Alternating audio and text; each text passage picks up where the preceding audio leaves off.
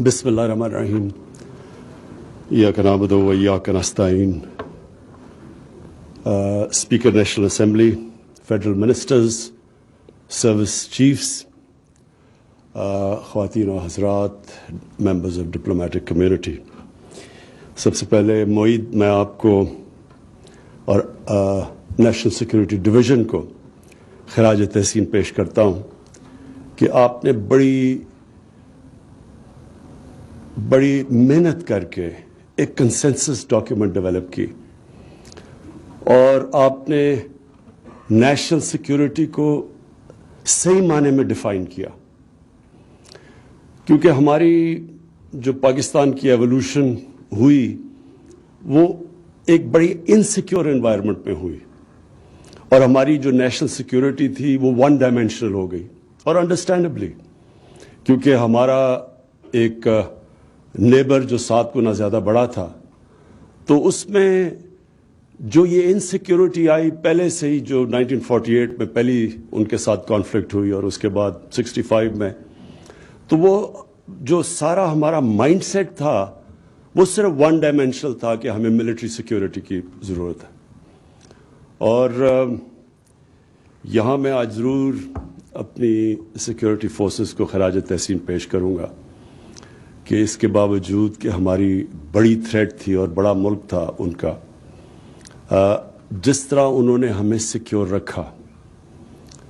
اور یہ جو ابھی ریسنٹلی بھی یہ جو وار آن ٹیرر ہوئی, اس کے اندر جو قربانیاں ہماری فورسز کی تھیں اور جس طرح انہوں نے پاکستان کو سیکیور کیا, آپ کو صرف مسلمان دنیا میں دیکھنا چاہیے کہ کس طرح کی آج بھی کس طرح کے ان کی تباہی ہوئی جو وہ سیکیور نہیں کر سکی ان کی سیکیورٹی فورسز اپنے ملک کو. اور آپ اوپر سے شروع, لیبیا سے شروع ہو, صومالیہ, سیریا, افغانستان, بوسنیا سے شروع ہوا تھا 90s میں. تو ہم آج بڑے خوش قسمت ہیں کہ ہمارے پاس ڈسپلنڈ اور ویل ٹرینڈ سیکورٹی فورسز تھی جنہوں نے ہمیں سیکیور رکھا. لیکن آج معید آپ نے جو محنت کی, ساری قوم کا کنسنسس بنا کے ایک قوم کا آپ نے قبلہ درست کیا, ڈائریکشن دی ہے کہ سیکیورٹی کی بڑی ڈائمینشنز ہیں. اور اگر صرف ون ڈائمینشنل ہو تو ہمارے سامنے سوویت یونین کا ایک مثال ہے کہ دنیا کی سب سے تکڑی فورسز بھی ایک سوویت یونین کو اکٹھا نہ رکھ سکی.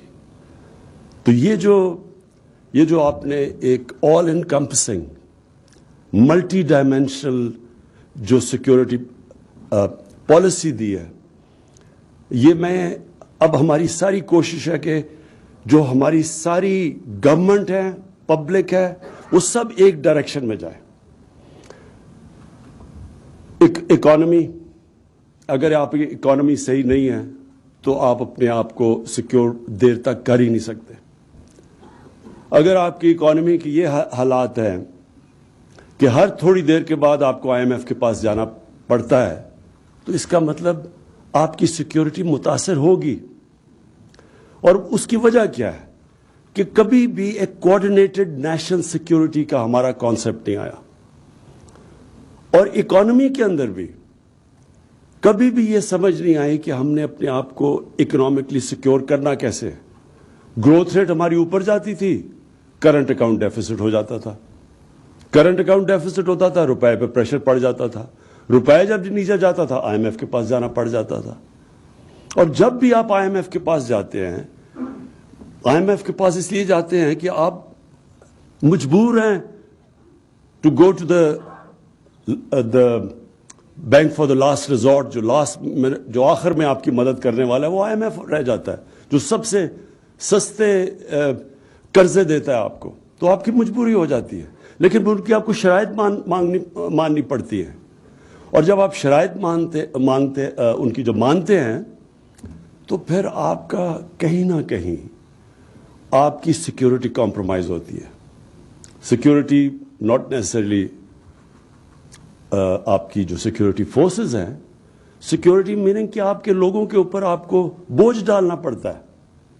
اور جو آپ کی سب سے بڑی سیکیورٹی ہوتی ہے جب آپ کی عوام آپ کے ساتھ کھڑی ہو جاتی ہے, وہ ایکچوئل آپ کی سیکیورٹی ہے. جب آپ کی عوام سٹیک ہولڈرز بن جاتی ہے ایک ملک کو بچانے کے لیے. تو اس لیے یہ جو کانسیپٹ اب آپ نے دیا ہے انکلوسیو گروتھ کا, کہ ہم جب تک ایک قوم بحیثیت قوم ڈیولپ نہیں ہوں گے, ہم اگر ایک ہی سیکشن ڈیولپ ہو جائے گا یا کانسیپٹ امیر ہو جائے اور عام لوگوں کی زندگیوں میں فرق نہ پڑے, وہ قوم ہمیشہ انسیکیور رہے گی. سیکیورٹی تب ہوتی ہے جب ایک انکلوسیو ڈیولپمنٹ, سب سمجھتے ہیں کہ ہم اس قوم کا حصہ ہیں. تو یہ جو آپ کا جو کانسیپٹ ہے انکلوسیو گروتھ کا, یہی جب میں مدینہ کی ریاست کی بات کرتا ہوں تو وہ پہلی دفعہ یہ کانسیپٹ آیا تھا انکلوسیو گروتھ کا. انہوں پہلی دفعہ دنیا کی تاریخ میں فیصلہ کیا گیا کہ ہر کمزور طبقے کی اسٹیٹ ذمہ داری لے گی. جو کانسیپٹ ویلفیئر اسٹیٹ کا آج ہے, جو میں سمجھتا ہوں کہ اسکینڈینیوین ملکوں میں دنیا میں اگر وہ اسلامک کانسیپٹ ہے ویلفیئر کا, وہ سب سے زیادہ جو میں نے دنیا دیکھی ہے اسکینڈینیویا میں ہے. ہر طرح ایک ریاست اپنے کمزور طبقے کی ذمہ داری لیتی ہے, وہ پھر اسٹیک ہولڈر بن جاتا ہے اس ریاست کو بچانے کے لیے, وہ اصل فورس بن جاتا ہے. ہر شہری پھر اس ریاست کو بچانے کی کوشش کرتا ہے. آپ اگر انکلوسیو اسٹیٹ کا دیکھنا چاہتے ہیں سیکیورٹی اور انسیکیورٹی, تو صرف ہندوستان کی تاریخ دیکھ لیں. جب بھی وہ اوپر افغانستان سے وہ نکلتے تھے تو وہ سیدھے جا کے پانی پات پہ لڑائی ہوتی تھی, اور کوئی راستے میں ریزسٹنس نہیں ہوتی تھی. اس کی وجہ کیا تھی کہ فیوڈل سسٹم تھا. فیوڈل سسٹم کا کیا مطلب ہے کہ اوپر جو بیٹھا ہوا ہے وہ اس کے پاس ساری طاقت ہے, وہ قانون سے اوپر ہے, وہ جو پیسہ سارا اوپر ہے, اور جو نچلا طبقہ ہے اس کا کوئی سٹیک نہیں ہے ریاست کے اندر. تو وہ جو مرضی اوپر آ جائے اس کو فرق ہی نہیں پڑتا تھا اس کی زندگی کو. لیکن جب یہ جو سارا قبائلی علاقہ افغانستان, یہ کیوں فرق تھا؟ کیونکہ ان کا ایک ڈیموکریٹک کلچر تھا. ان کی جو جرگہ سسٹم تھا وہ ایک ڈیموکریسی بھی تھی, اور وہ پھر وہ انصاف بھی دیتی تھی لوگوں کو. تو وہ پھر اپنی آزادی کو ویلیو کرتے تھے, وہ پھر ریزسٹ کرتے تھے کسی کو جو ان کو آزادی لے. لیکن جب آپ کی آزادی نہیں ہے تو جو مرضی اوپر آ جائے. تو جو انکلوسیو گروتھ پاکستان میں کانسیپٹ ہم لے کے آئے ہیں ریاست مدینہ کا, مقصد یہ ہے کہ ہم اپنے سب سے پہلے لوگوں کو جو سب سے ونربل طبقہ ہے اس کی زندگی کو سیکیور کریں. اور مجھے سب سے زیادہ خوشی ہوئی کہ میں نے فائنلی کنونس کر لیا جتنے صوبے ہمارے نیچے تھے کہ ہم ہر خاندان کو سیکیور کریں ہیلتھ انشورنس دے کے. یونیورسل ہیلتھ انشورنس آج یہ ڈیولپ ممالک کے اندر بھی یونیورسل ہیلتھ انشورنس نہیں دیتے. اگر وہ انشور اپنے آپ کرتے ہیں تو پریمیم دیتے ہیں.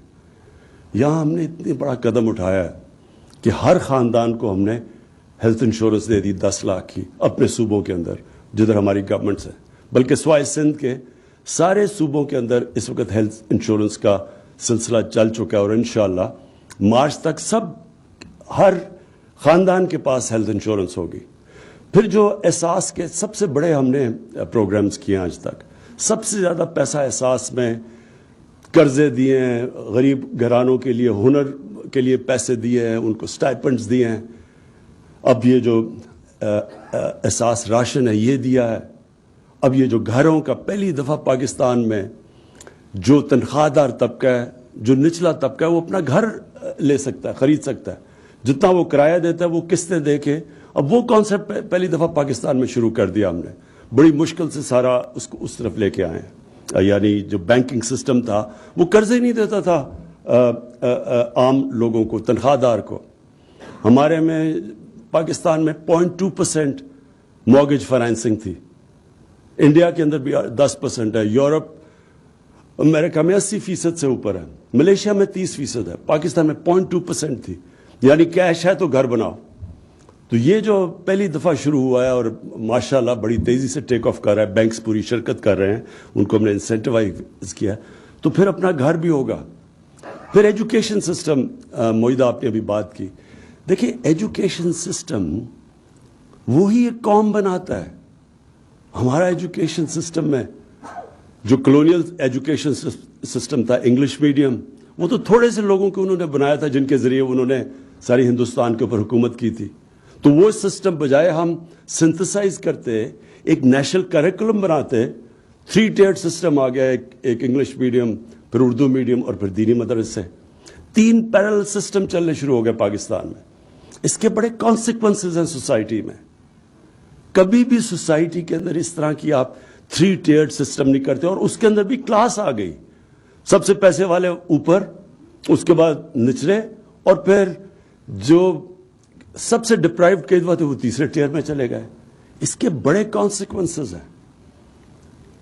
25-26 لاکھ بچے دینی مدرسے میں، کوئی 3.25 کروڑ بچے اس میں اردو میڈیم میں، اور 8 لاکھ بچے انگلش میڈیم میں. تو یہ سسٹم ایک تو اس بالکل ناانصافی کے اوپر بلٹ ہے. ہم ایجوکیشن اپارٹھائڈ پیدا کر رہے ہیں، پھر 3 ڈفرنٹ کلچر بنا رہے ہیں. قومیت کیسے آئے، ایک ملک ایک طرف کیسے جائے؟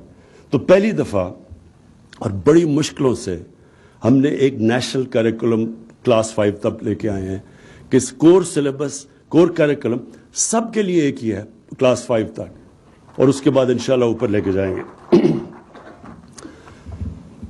جو چیلنج ہے پاکستان کا وہ ہے رول آف لا.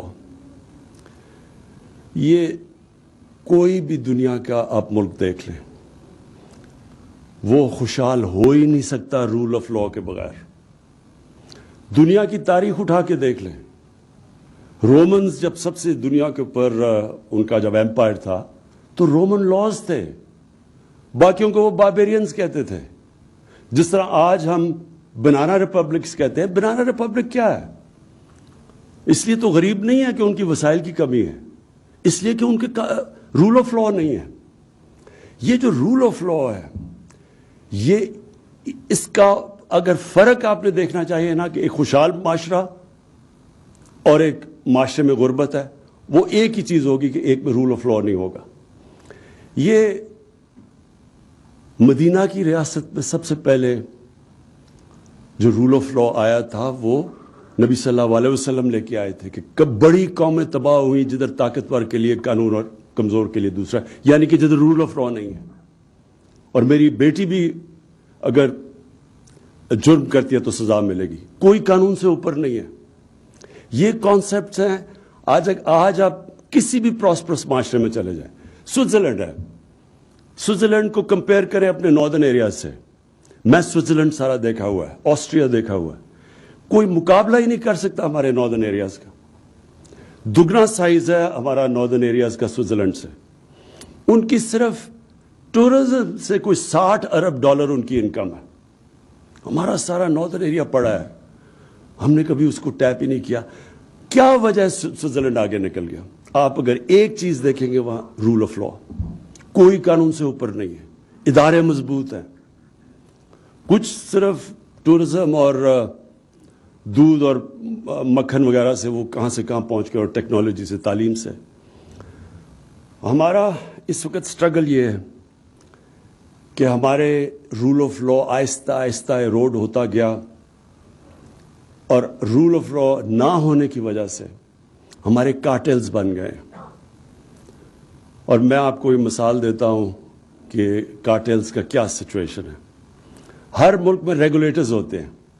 ریگولیٹرز کا کام ہوتا ہے کہ پبلک کے انٹرسٹ کو پروٹیکٹ کرنا. جو بھی ریگولیٹر ہوتا ہے وہ مثلا کمپٹیشن کمیشن ہے، اس کا کام ہے مونوپلیز کو روکنا اور آرٹیفیشلی جو ہورڈنگ کر کے قیمتیں اوپر بڑھا دیتے ہیں، عوام کا انٹرسٹ پروٹیکٹ کرنا. جس طرح SCCP ہے، جس طرح اسٹیٹ بینک ہے، یہ سب ریگولیٹرز ہیں. میں نے ریگولیٹرز کی میٹنگ بلائی. میں نے ان کو کہا کہ جو جس طرح کا آپ کا کام ہونا چاہیے وہ نہیں ہو رہا، آپ پبلک کا انٹرسٹ نہیں پروٹیکٹ کر رہے. انہوں نے مجھے جو جواب دیا وہ آپ سمجھیں کہ رول آف لا کی کتنی ضرورت ہوتی ہے ملک کو.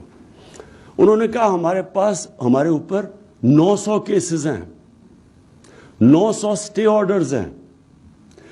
یعنی اسٹے آرڈر کیا ہے کہ ریگولیٹر کو اپنا کام کرنے سے روک دیا کارٹیلز نے. اور کتنا پیسہ عوام کا جو وہ اسٹے آرڈرز کی وجہ سے رکا ہوا ہے, 250 ارب روپیہ. اور اسٹے آرڈر لیے ہوئے ہیں کیونکہ طاقتور ہیں. تو یہ سب سے بڑی اسٹرگل ہے ہمارا اور وہ اسٹرگل کی طرف ہم نکل چکے ہیں. کبھی بھی اس طرح طاقتور کو اس معاشرے نے کوشش نہیں کی قانون کے نیچے لانے کی. اور یہ آپ کی یہ جو اسٹرگل ہے یہ ہے battle for soul of Pakistan. اور یہ بھی نیشنل سیکورٹی پر ریفلیکٹ کرتی ہے کہ اس میں بہت زیادہ چیزیں آ جاتی ہیں. کانٹریکٹ انفورسمنٹ ہوگا تو انویسٹمنٹ آئے گی. فورن انویسٹمنٹ کی جو سب سے بڑا امپیڈمنٹ ہے کہ ان کو ڈر ہوتا ہے کہ جب وہ جا کے کہتے ہیں جی ہمیں باہر انٹرنیشنل آربیٹریشن چاہیے, کیونکہ وہ پاکستان کی جسٹس سسٹم کو کہتے ہیں کہ جی ہم اس کو ٹرسٹ نہیں کرتے. یہ بہت بڑی رکاوٹ ہے ہماری ملک کی گروتھ میں, اکانومی میں. 22 کروڑ کی عوام ہے اس وقت. ہمارا جو مارکیٹ ہے پاکستان میں اور ینگ پاپولیشن ہے, یا تو ہر دنیا کی بڑی کمپنی کو آنا چاہیے. سو جو نیشنل سیکیورٹی کی آپ نے بات کی, یہ ایک ملٹی ڈائمینشنل اس لیے ہے کہ سب کو ایک ہی طرف اب جانا ہے.